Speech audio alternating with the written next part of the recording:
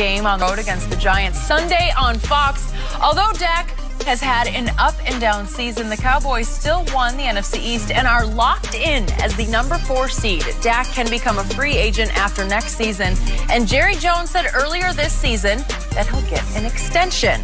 Well, former Cowboy Darren Woodson chimed in saying this: "You gotta pay the man. I'm not a Dak apologist because I don't think he's accurate enough with the football. I wish he could play 4 quarters of air-free football, but you're not going to get that with Dak Prescott. But what you are going to get is a leader of men. You're going to get a guy who this Cowboys team firmly believes in. When he's on the sideline, they believe in him. I can't say the same thing about Tony Romo when he was here a few years ago.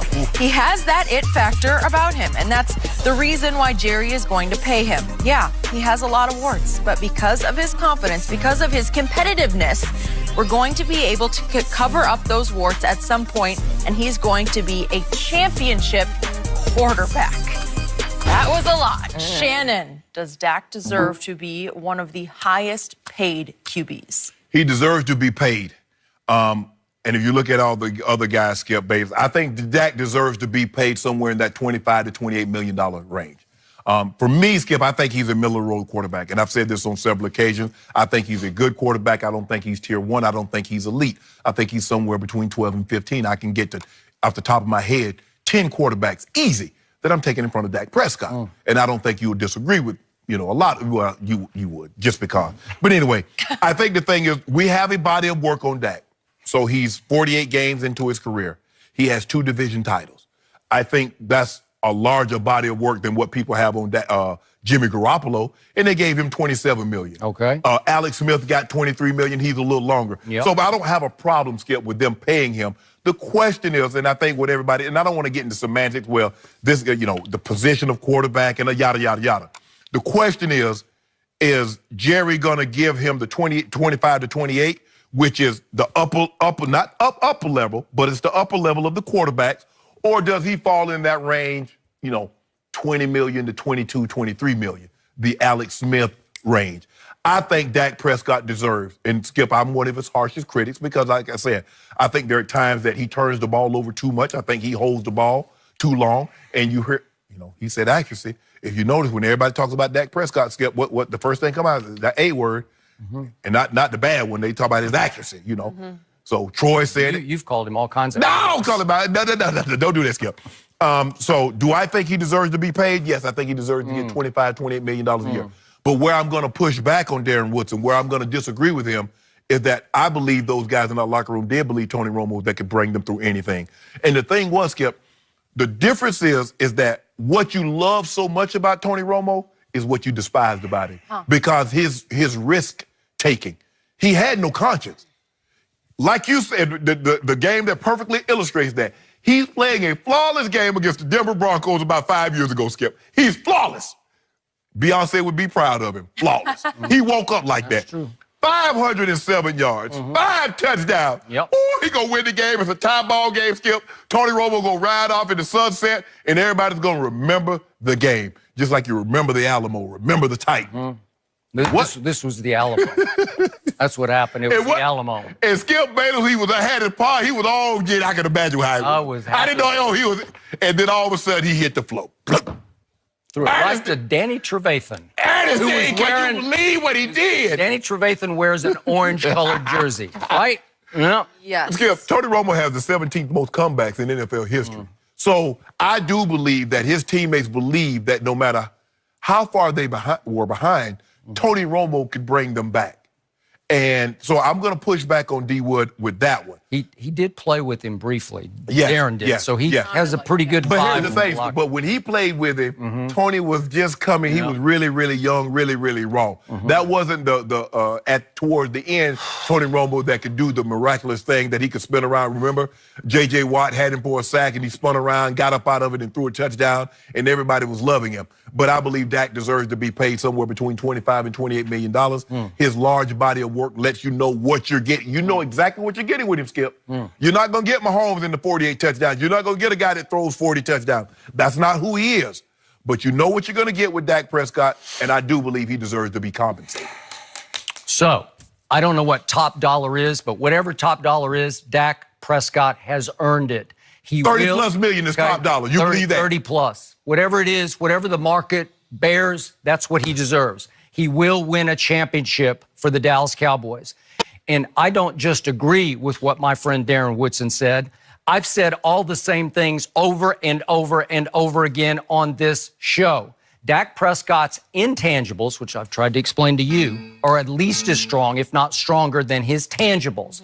I'm with you all along. I never fight back on this. He's not a great thrower of the football. He's not the most accurate thrower of the football. Sometimes he holds the ball too long. It's his Achilles heel. Sometimes he drives me a little crazy with the sack fumbles. And yet, in the end, his intangibles overcome all of the above because he is a leader of men and he fuels that football team. And that football team does believe in Dak Prescott. Some of the best leaders, Skip, can't play. So you want a guy that can play or you want a guy that has leadership skills? Because at the end of the day, it comes down, can he play? All I know is you say Aaron Rodgers is the greatest thrower of the football ever. And I have 3 times watched Dak Prescott outplay Aaron Rodgers. And I can show you the numbers. He didn't win the game 2 of those times, but it wasn't his fault because he outnumbered Aaron Rodgers throwing the football. Well, that's what I'm saying. And as a raw rookie 4th-round draft pick in his first ever playoff game, he threw for 300 yards against Aaron Rodgers and 3 touchdowns. And he brought that team back from 21 to 3 down in a playoff game to 31 all. And I believe that Romo's teams never thought he could do that. That was pretty great. And to your point, body of work, step back. Dak Prescott has led this team to 2 division championships in just 3 years. And I'm going to remind you, a year ago, the Zeke suspension hung over this team the whole long year. And not only did it trouble and affect and distract the football team, but finally, mid-year, he's gone for 6 games. Who knows what might have happened if you removed that cloud from that football team last year. But you had Dak, so it shouldn't have mattered. It shouldn't have mattered. Well, I mean, he's a leader of men. He's the guy. You're going to pay him 30+ million. Zeke should be inconsequential in this discussion. They still went 9-7 last year, which was pretty great. And he had the 4th best QBR in the league, and you gave him an F for his performance last year. Yeah. Did you see those, those numbers? So I'm going to tell you again that you can hyper-focus on this throw or that throw. You can nitpick this guy to death. He is the biggest lightning rod for criticism now in the entire National Football League because he is the quarterback for America's team. That means he is America's quarterback. And Shannon Sharp has already dug in, as have a lot of other critics. What about he's just not that good. He can't throw. I said he's middle of the road. That's good. Okay? So I keep telling you, he is a big game, big play, playmaker. And even, I give you, it was against Tampa Bay. But who scored the first touchdown Sunday against Tampa Bay from 7 yards out? It was Dak Prescott. And what did he do in the end zone? He gave it both biceps. He flexed both. And that whole team ran to him and jumped all over him because he flipped their switch. He's the guy who lights the fuse of that team. And who closed the deal with that sweet fade throw to Michael Gallup? You say, oh, no big deal. It was a big deal because it made it 27-13 and it closed the deal on the division. Oh, I get Those are the plays that he is capable of making and consistently does make. But what I do, Skip, I will give him credit. But what you want to do is put no blame on him when he doesn't play well. And that's where you and I bump heads at. I got no problem giving him credit for throws that he makes, be it touchdowns or throws to keep drives alive. But when he makes a mistake or when he plays bad, I'm not willing to excuse that. Okay. So the guy who can't throw went to Philly when this is must-win against the defending Super Bowl champs. It's Carson Wentz, the best quarterback in the division. Who is that calling? LeBron? LeBron's mad at you because you didn't defend him strongly enough. Because I won the debate on Athlete of the Year, and he's upset with you. Well, just, have him join the combo. Actually, Skip, why do you keep saying I said he can't throw? That's not what I'm saying. I'm saying he's not the most accurate thrower of the football. Clearly he can throw. He's not Tebow. Tebow couldn't throw. All right, but Tebow could make big plays in big games, big moments. Okay, now, how about this? Who you got? Dak or Tebow? Who your quarterback? I'll take Dak. What? Tebow, you heard it, Jenny, you heard that. Ooh, Tebow. Yeah. Tebow ain't talking to you no more. I bet he won't take your call. He never did talk to me in the first place. No, he ain't talking to you. I don't ever talk to Tebow. No, he ain't talking to you. I don't ever talk to Tebow. He don't want one of your friends. So then Philly came to Dallas. Now it's do or die. This is it. Are the Eagles going to come back to life and be the dominating team that they can be? Because that's still a loaded football team. I don't care what you say. And they're more loaded now that Foles is playing quarterback, right? Okay. Well, they are. Yeah. No, they're not. Yeah. Stop saying it. Okay. Well, I keep telling you, I was so thankful that Nick Foles didn't play either of those games. No way. But it was Carson Wentz, the guy that you have jumped on the bandwagon. You were driving his bandwagon. He's the best young quarterback in football. Other than you and Jerry Jones, how many general managers would take Dak Prescott? I don't care. I just don't care. I just go on what I see. Because you know what about this league? This league makes so many mistakes on quarterbacks that it's laughable. They make mistakes. If you look at it, like I read on a lot of players. I read these anonymous quotes, about Justin Herbert is better than Tua. I saw that one last night. I saw that. What? Yeah. What? Who is that guy? He should be fired today. Somebody should go find out who said that. Skip, because go fire. Prototypical. Okay. It was the height, right? Okay. Yeah. But I know Justin Herbert. I watched him a lot last year. Trust me, he has little to no feel for playing the position. Right. You have to have a feel for it. You have to be able to make big throws at big moments. It might be a touch pass. It might be a bullet. Whatever it is, he doesn't have it yet. Maybe he'll figure it out. He's got all the prototypical measures. That's what they're looking at. He's tall and 6'5", he's athletic. 240. And he can run. I bet he can run a 4.6 40. Right. Like he's that athletic. He can play golf. He's a really good golfer. Okay? And that translates into what? Every time play golf then. Every time I saw the ball leave to his hand while he was healthy, it went exactly where it was supposed to go, exactly how it was supposed to get there. And it's tight. It was a tight spiral, and he could throw it touch or he could throw it rocket, right? You know what, Skip? Today I'm in a very giving mood. 2018 is about to end, and I lost a few bets to you. So today I'm gonna pay it off. Can I get to do? Today's the day?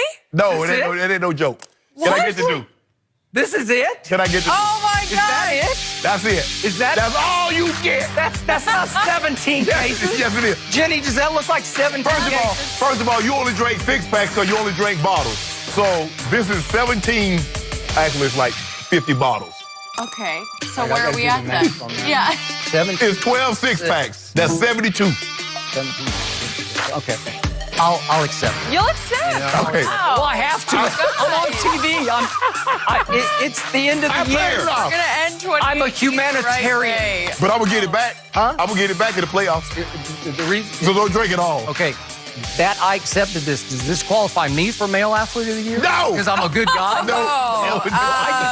I just absolved you. But you lost all the debates. Huh? So that disqualifies you for 2018. Yes, you delusional Shannon.